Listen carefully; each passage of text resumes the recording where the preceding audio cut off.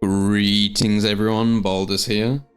In this video, I'm bringing you an insane build for Druid, which destroys all the content in Season 2, easily speed clearing T100 nightmares and all bosses in the game.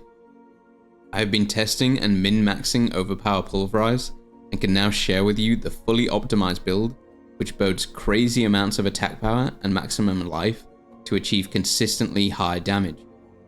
With the changes to Overpower this season, we are able to stack a lot of overpowered damage on our gear and combine this with a few uniques to achieve a very strong and fun build to play. The build does require some specific uniques to really scale, but at a base it can be played without any of them and still be pretty good. From what I have played and seen so far this season, this is easily the strongest setup for Druid and the most fun I've had with any build. I hope you guys enjoyed the video. Now for the gear and the helmets, we have a few we can choose from here. Most commonly, we'll be going with the Godslayer's Crown, or if you don't have that, we'll be going with the Vasili's Prayer. Both are really good for damage and maximum life, which scales our overpower. Additionally, Godslayer is one you would always want to switch into for bosses, as it gives you that really big damage increase for 3 seconds. Additionally, if you're lucky enough to get some Uber drops, you could go with Andariel's Visage for healing while doing nightmares, or you could go with Harlequin's Crest for more overpower damage and ranks to all skills, as well as the damage reduction.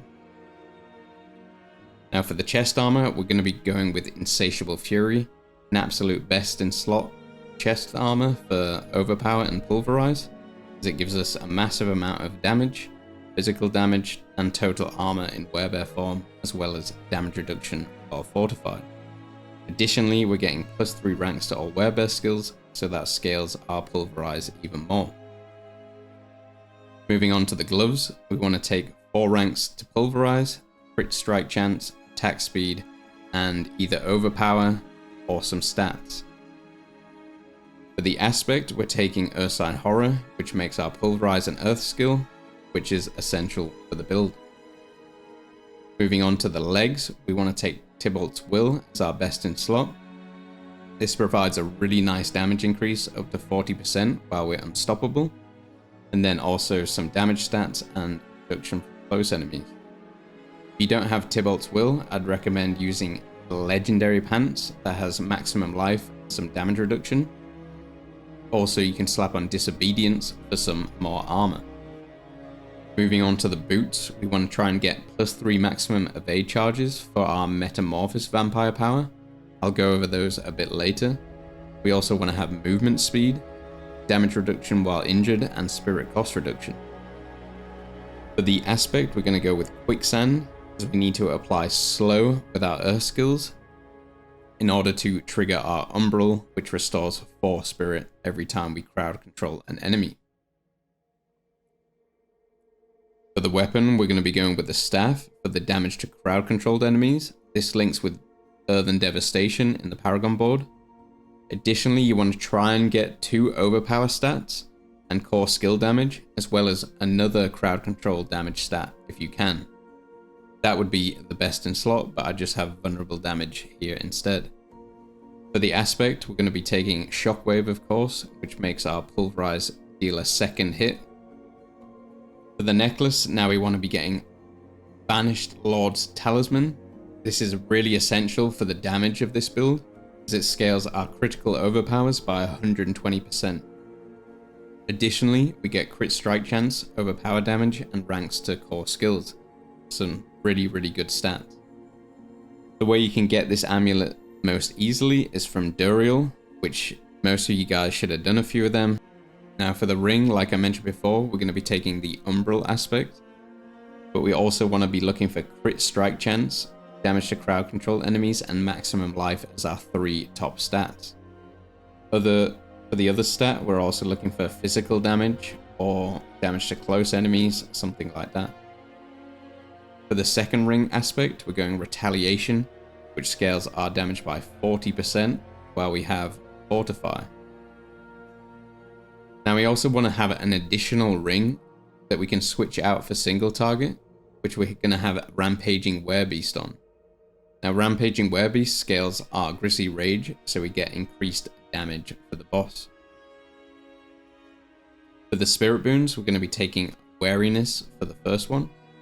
For the second row, we're going to be taking Iron Feather for the maximum life to scale our overpowers. Then we're also going to take Crit Strike damage for a bit of scaling. You could also remove the critical strike damage for Crit Strike chance if you're lacking on crit. For the third row, we're going to be taking Calamity. This extends our Grisly Rage, so we gain more bonus damage. And then for the final row, we're going to be taking Obsidian Slam. So when we're going through content, every 20th kill is a guaranteed overpower. Moving on to the skill tree, we're going to go with Wind Shear as our generator, although you could go Storm Strike or even Earth Spike if you are using Basile's Prayer Helmet. The next row, we're going to pick up the crit chance, which is the most important. For the defensives, we're going to be taking Earthen Bulwark, some Unstoppable and Fortify. Also going to take all the Elemental Res nodes, and then Debilitating Roar for the damage reduction, and also Fortify and Slow, which works with our Umbral Ring. Next, we're going to be taking 3 points of Provocation for the overpowers. We're also going to take all points into these passives for more Earth damage and Earth Fortify. Then we're going to be taking Trample, as well as the Damage Node and Spirit for bosses. We're also going to take 3 points for damage against elites, the healing when using resource, and damage against vulnerable with Earth skills. We're going to be taking Grisly Rage in both points, and then finally Ursine Strength. Now for the Paragon Board, I'll just go over the main glyphs and main rare nodes.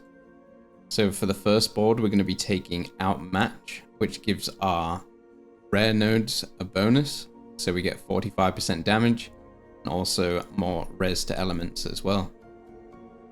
We also gain 16% multiplier for our fizz damage against non-elites and bosses. The first board, we're going to be going with Survival Instincts for the execute damage. For the glyph here, we are going Exploit for vulnerable uptime and vulnerable damage. For the next board, we're going to be going Ancestral Guidance for their 30% multiplier. We spend a lot of spirit with this build, so this is up all the time. For this glyph slot, we're going to be taking Guzzler, which increases our damage while healthy. This also scales our attack power, so our other damage modifiers are greater. It's a really good glyph in Season 2, as there's a lot of damage modifiers that boost attack power. For the next board, we're going to be taking Constricting Tendrils, and we take this board mainly for the glyph slot and magic nodes. So we're going to be taking Earth and Sky, which boosts our magic nodes by 150%. Mainly to get this maximum life here. We get 23% maximum life just in this section alone, which is massive for our overpower damage.